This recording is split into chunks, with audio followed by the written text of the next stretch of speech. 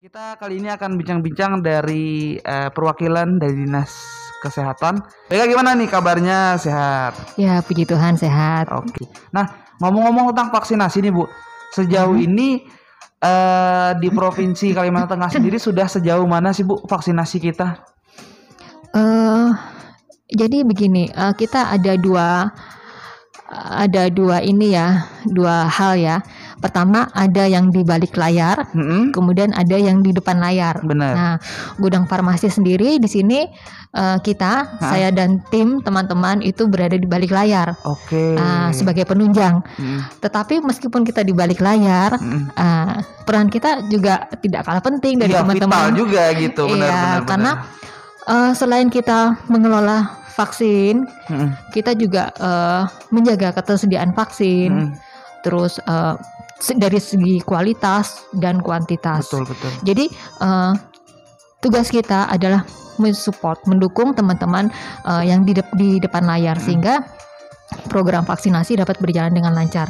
Nah, kami sendiri di tugas kami yang di gudang farmasi yang di balik layar tadi adalah menjaga ketersediaan vaksin agar pada saat berjalannya vaksinasi, vaksin itu dapat tersedia. Oke. Nah, untuk saat ini suplai vaksin, penyediaan vaksin itu memang 100% dari pemerintah pusat. Oke. Suplainya dari pemerintah pusat. Kita di provinsi mengelola vaksin, mendistribusikan dari provinsi ke kabupaten. Kemudian teman-teman dari Dinas Kesehatan Kabupaten, khususnya gudang farmasi ya, karena gudang farmasi juga untuk menyimpan vaksin, teman-teman dari gudang farmasi pun sama.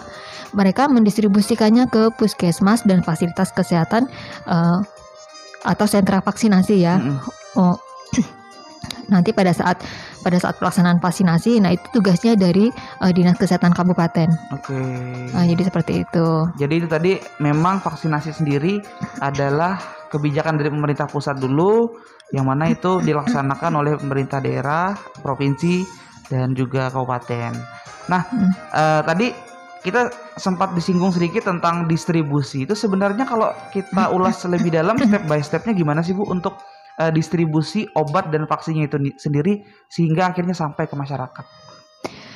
Iya, distribusi ini kan salah satu dari rangkaian pengelolaan obat ya. Rangkaian pengelolaan obat. Nah, distribusi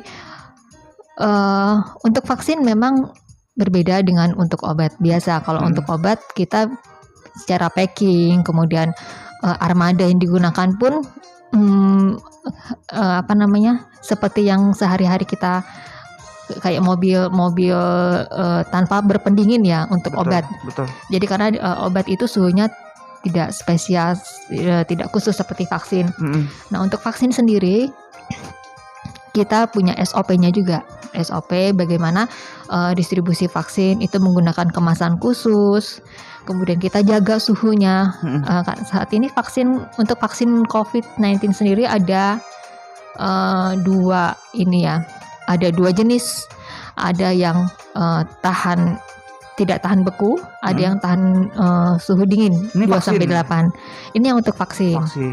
Kalau berbicara untuk suhu, memang vaksin ini khusus. Kalau untuk obat, kita ada kecuali injeksi seperti vitamin C, ada obat-obat tertentu yang disimpan pada suhu dingin. Tetapi secara global, luas itu obat penyimpanannya di suhu kamar 25 derajat. Nah, untuk vaksin sendiri kita distribusinya menggunakan cool box sendiri. Ada cool box-nya, kemudian berarti memang bisa dijaga juga suhunya gitu. Iya, kita walaupun jaga. Dia udah di lapangan di dan jalan gitu. Iya, dalam perjalanan kita atur suhunya, kita jaga suhunya di suhu 2-8 untuk yang Sinovac ya. Sinovac, CoronaVac itu 2-8. Kemudian ada lagi nih vaksin yang minus, itu Moderna.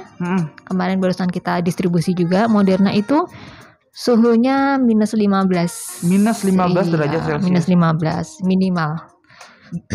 Bu, ini gimana sih maksudnya kalau misalnya vaksin-vaksin ini atau obat-obat ini dia tidak berada dalam suatu tempat atau suatu wadah yang tidak sesuai suhu seharusnya, apa yang akan terjadi dengan vaksin-vaksin ini gitu? Ya, jika ada vaksin yang suhunya 2-8, ada vaksin yang suhunya minus. Nah, bagaimana ketika penyimpanan di luar suhu itu ya? Tidak sesuai gitu dengan seharusnya misalnya suhu. Tadi. Yang pertama tentunya vaksin tidak layak pakai lagi, gitu. Nah, yang kedua mungkin bisa dipakai, tetapi jangka waktu hanya dalam beberapa jam di luar suhu penyimpanan. Nah, jadi oleh sebab itu untuk pengelolaan vaksin ini memang kita benar-benar kerja keras, benar-benar kerja, meskipun kita harus ditekan untuk segera didistribusikan ke kabupaten-kabupaten dan teman-teman di lapangan, sehingga teman-teman di lapangan pun ketika harus ada pelaksanaan vaksinasi, vaksinnya tersedia dengan baik gitu. Berarti memang dari Dinas Kesehatan sendiri bekerja keras untuk menjamin kualitas si vaksin ini, walaupun dia di perjalanan bisa sampai ke daerah-daerah dengan kualitas terbaik. Sampai ke masyarakat, sampai disuntikan ke masyarakat. Pendengar setia, kita kan tadi udah ngobrolin tentang kebijakan pemerintah terkait vaksinasi ini. Terus Ibu Eka juga udah memaparkan gimana aja sih proses dari menjaga kualitas vaksinnya sampai distribusi vaksinnya sampai ke masyarakat gitu. Tapi masih banyak aja sampai sekarang itu Bu, masyarakat itu yang masih awam, nggak tahu tentang vaksin ini. Vaksin ini apa sih sebenarnya, isinya apa gitu, dan dia fungsinya apa, itu masih ada aja masyarakat yang belum teredukasi. Nah, bisa nih Bu Eka jelasin dulu. Iya, memang betul ya.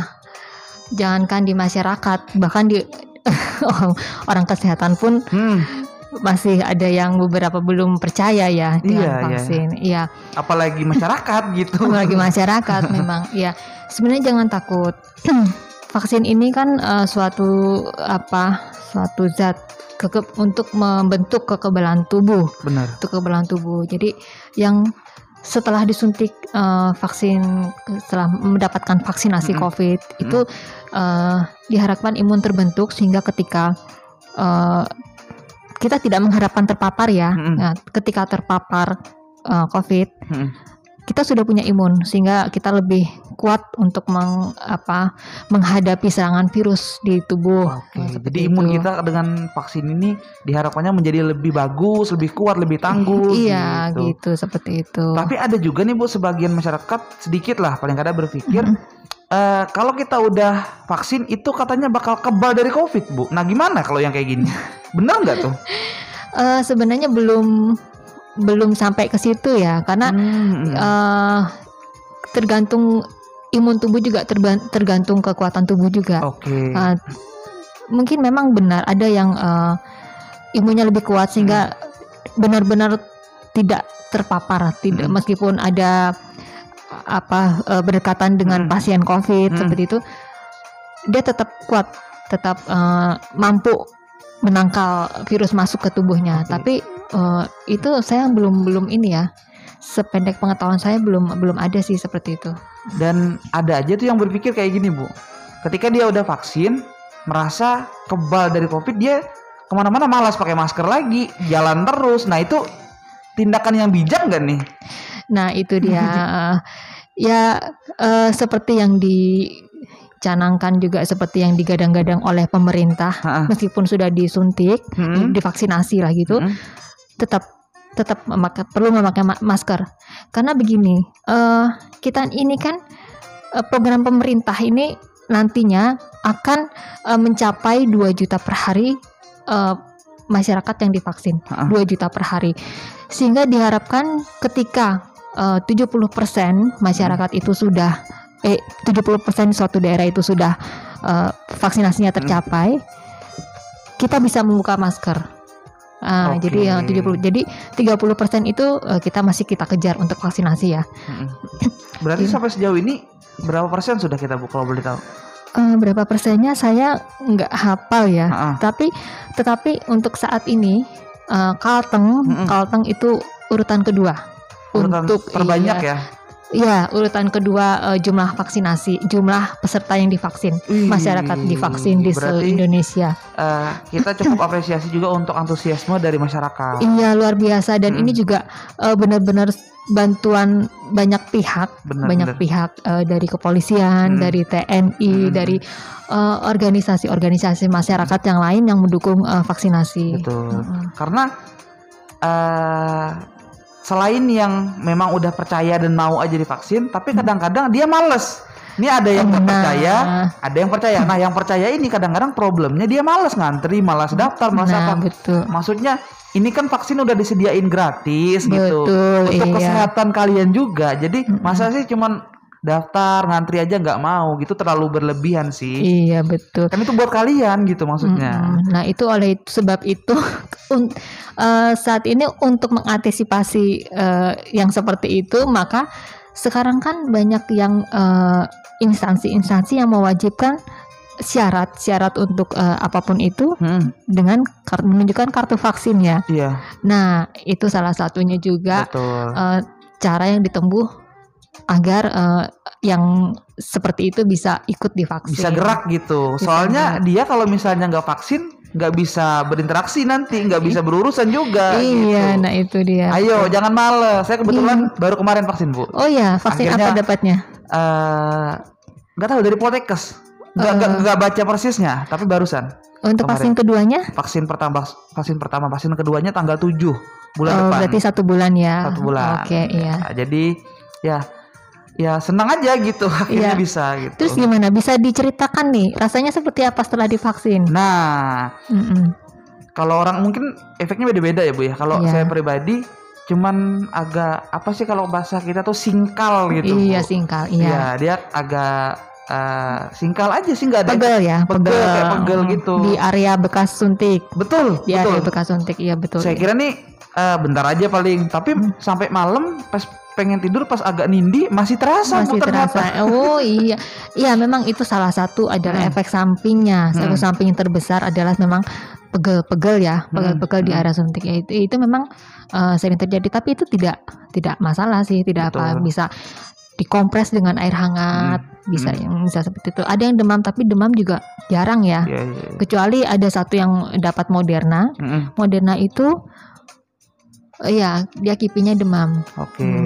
Jadi memang beberapa varian itu beda-beda ya untuk efek sampingnya. Tapi sejauh ini testimoni yang bisa saya kasih kepada pendengar setia dan masyarakat Kota Palangkaraya, untuk ngurusnya sendiri tuh nggak ribet juga. Sebenarnya nggak, bener-bener nggak ribet, dan maksudnya prosesnya juga enak. Kita ngantrinya juga kondusif lah gitu, kondusif, bisa tetap jaga jarak, dan persyaratnya nggak ribet. Cuman bawa KTP doang. KTP aja ya, terus udah gitu. Apalagi yang kalian malaskan, jangan keterlaluan. Aduh. Ini tuh bahasanya tuh kitanya udah disuapin nih, masa nggak mau ngunyah sih? Gitu. Masa harus dikunyahin juga kan? Iya.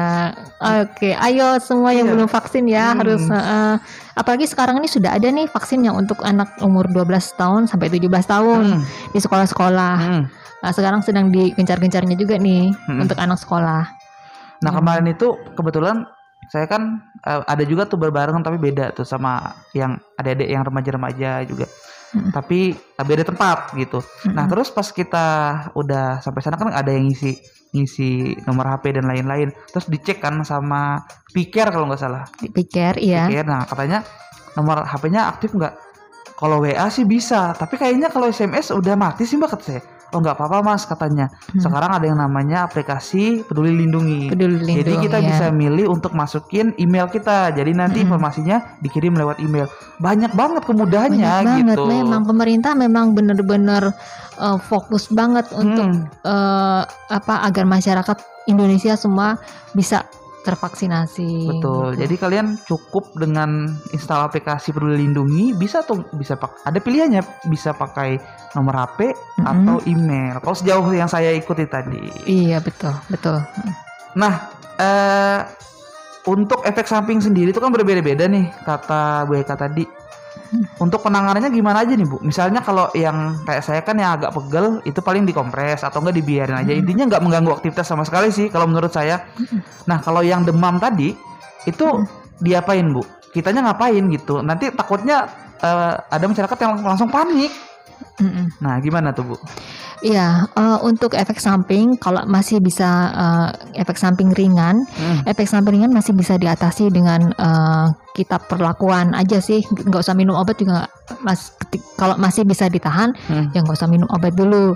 Tapi seperti kalau misalnya demamnya masih hangat-hangat biasa, minum air putih aja. Sama bawa istirahat. Bawa istirahat bisa. Tapi kalau memang sudah demamnya tinggi sekali, silakan bisa minum obat penurun demam. Oke.